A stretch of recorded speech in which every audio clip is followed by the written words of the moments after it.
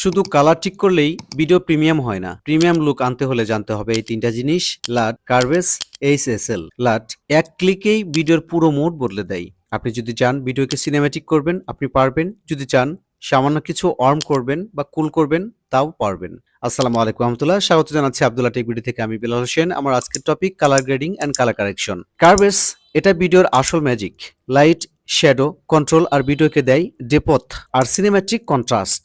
HSL প্রতিটা রং আলাদা করে কন্ট্রোল করা সম্ভব এইচএসএল এর মাধ্যমে। চলুন তাহলে কথা না বলে শুরু করছি কিভাবে আমরা লাট, কার্ভেস আর এইচএসএল দিয়ে ভিডিওগুলোকে colour grading and colour correction করতে পারি। এর জন্য সর্বপ্রথম আমাদেরকে একটা এডিটিং টুলস ওপেন করতে হবে। বাস, দেখতে পাচ্ছেন আমি ইতিমধ্যে আমার ভিডিও এডিটিং টুলসটা ওপেন করে রেখে দিয়েছি। এখন যে কোনো একটা ভিডিও বা যে কোনো একটা ফাইল আপনাকে ইম্পোর্ট করতে হবে। তো সুবিধার জন্য আমি একটা ভিডিওকে অটোমেটিক ইম্পোর্ট করে রেখে দিয়েছি।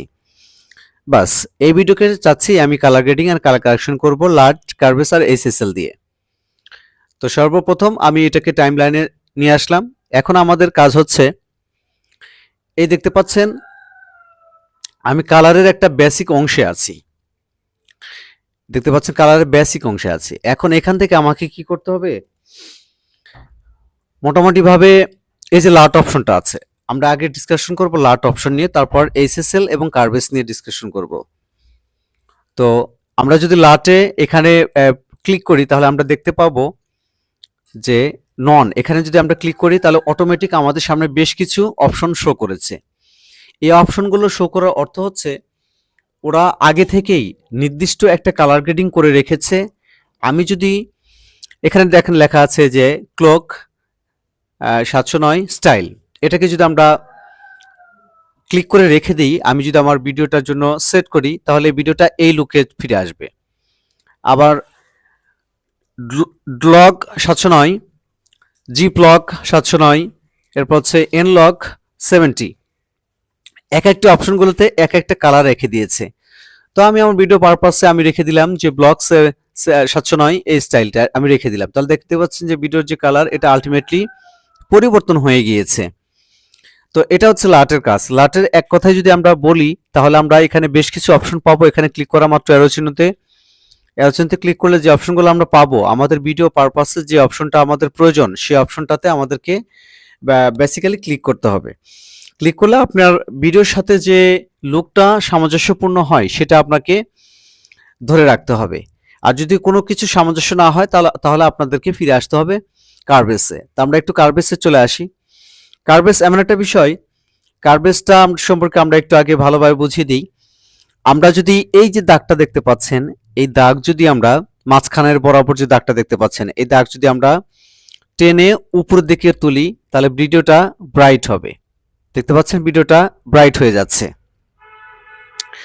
দেখতে পাচ্ছেন অনেক ব্রাইট হচ্ছে।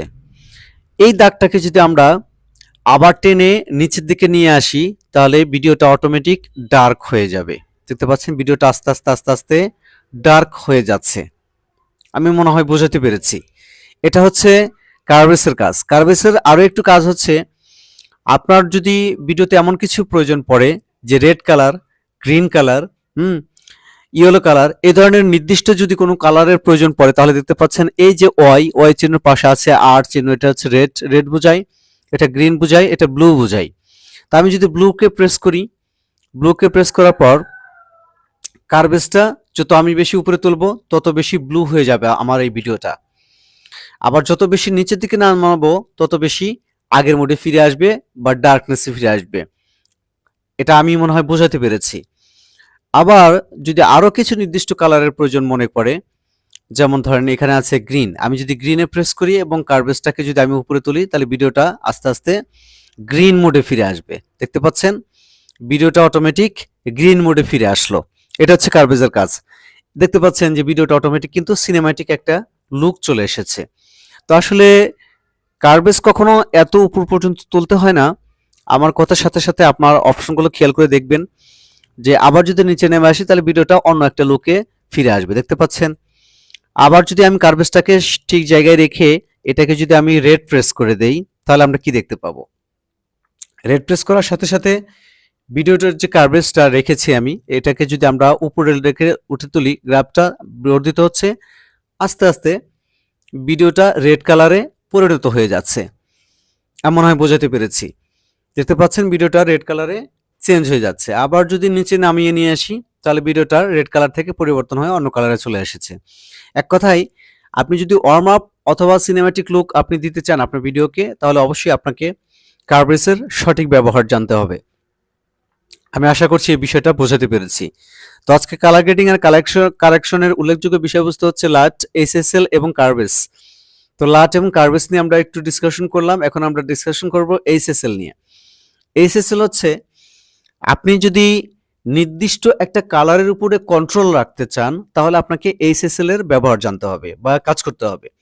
যে কোনো একটা নির্দিষ্ট কালার, এখানে অনেকগুলো কালার দিয়ে রেখেছে, যেমন রেড, হ্যাঁ, এরপর হচ্ছে ইয়েলো, গ্রিন, ব্লু বা ভায়োলেট, অনেকগুলো কালার রেখে দিয়েছে। তা আপনি যে কোনো একটা নির্দিষ্ট কালারের উপরে যদি কন্ট্রোল রাখতে চান তাহলে যে কোনো একটা কালার নিয়ে আপনাকে কথা বলতে হবে অথবা কাজ করতে হবে। তো আমরা ধরে নিচ্ছি আমাদের এই ভিডিও পারপাসে আমাদের একটু গ্রিন দরকার, সবুজ দরকার। তো আমরা সবুজটাকে কন্ট্রোল করে দিলাম। এখন যদি আমরা স্যাচুরেশনকে বাড়িয়ে দিই, স্যাচুরেশনকে যত বেশি বাড়াবো ভিডিওটা তত বেশি সবুজে পরিণত হবে। আমরা একটু পরিবর্তনটা বোঝাতে পেরেছি। দেখেন এখন কি অবস্থা, আর এখন দেখেন এখন ভিডিওটার কি অবস্থা। এটা হচ্ছে আমাদের এইচএসএল এর মূল কাজ।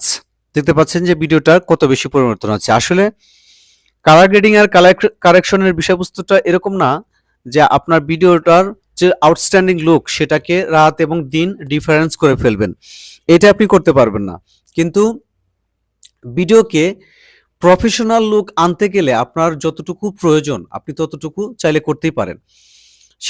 সেই জিনিসগুলো এখানে দেওয়া আছে। তো কালার গ্রেডিং এবং কালার কারেকশনের অন্যতম আরো মৌলিক কিছু বিষয়বস্তু আমরা এখানে রেখে দিয়েছি, যেখানে বেসিকের ভিতরে আরো কিছু আছে, যেমন এক্সপোজার, ব্রাইটনেস এবং কন্ট্রাস্ট। আমরা সামান্য কিছু এক্সপোজারে কাজ করব, আর যদি এখান থেকে কন্ট্রাস্টের কাজ করি তাহলে ভিডিওটার মোটামুটি ভাবে প্রফেশনাল লুকটা ফিরে আসবে। এখন যদি আমরা ভিডিওটা প্লে করে দেখি তাহলে মোটামুটি ভাবে কালার গ্রেডিং এবং কালার কারেকশনের কাজটা মোটামুটি ভাবে কমপ্লিট হয়ে গেছে। আরো ডেভেলপ লেভেলে করা যায়। আসলে এই যে বেসিক লেভেলগুলো আছে, এখানে যে কালার, এরপর হচ্ছে লাইট। আর কালারের ক্ষেত্রে আমরা ভিডিওতে শুধুমাত্র কি কি কালার প্রয়োজন সে কালার দিতে পারবো, আর লাইটের ক্ষেত্রে ভিডিওটা কতটুকু আমরা লাইটিং করলে ভিডিওটা আরো বেশি সুন্দর লাগবে সেই বিষয়বস্তুগুলোকে বুঝিয়েছে। এটা হচ্ছে কালার গ্রেডিং আর কালার কারেকশনের কাজ। এরপর হচ্ছে অ্যাডজাস্ট, এরপর শার্পেন। শার্পেনটা আমরা আসলে চাইলে প্রত্যেকটা ভিডিওতে একটু ইনক্রিজ করে দিতে পারি। শার্পেন জিনিসটা এমন যে যত বেশি ইনক্রিজ করব তত বেশি ভিডিওটা শার্প লাগবে, আরো বেশি ব্রাইট লাগবে। আমরা -4 আছি, -4 থেকে আমরা একটু প্লাসে ফিরবো, তাহলে ভিডিওটা আরো বেশি প্রফেশনাল লাগবে। আমরা 12 চলে এসেছি। দেখেন ভিডিওটার শার্পনেস আরেকটু ইনক্রিজ হয়েছে। এভাবে আপনাকে প্রত্যেকটা অপশন ঘেটে ঘুটে দেখতে হবে কোন অপশন গেলে আপনি কালার গ্রেডিং এবং কালার কারেকশনটা সবচেয়ে বেশি ভালো করতে পারবেন। আসলে র ফুটেজ পারপাসে কালার গ্রেডিং আর কালার কারেকশন করতে হয়। আমি যে ভিডিওতে কালার গ্রেডিং এবং কালার কারেকশন করেছি এটা র ফুটেজ হোক, কিন্তু এটা অনুপাতে আমি জাস্ট প্রত্যেকটা অপশন ডিটেলস করে দেখিয়েছি। আমি কিন্তু কালার গ্রেডিং আর কালার কারেকশন করিনি, কিন্তু আমি জাস্ট বুঝিয়েছি যে এই অপশনগুলো ডানে নিলে এই কাজ করে এবং এই অপশনগুলো বামে নিলে এই কাজ করে। আমি জাস্ট এটা বোঝানোর চেষ্টা করেছি। তো আশা করছি আমি মনে হয় পুরো ঘটনাটা বোঝাতে পেরেছি। তো আজকের মতো এ পর্যন্তই। ভালো থাকবেন সবাই। আল্লাহ হাফেজ।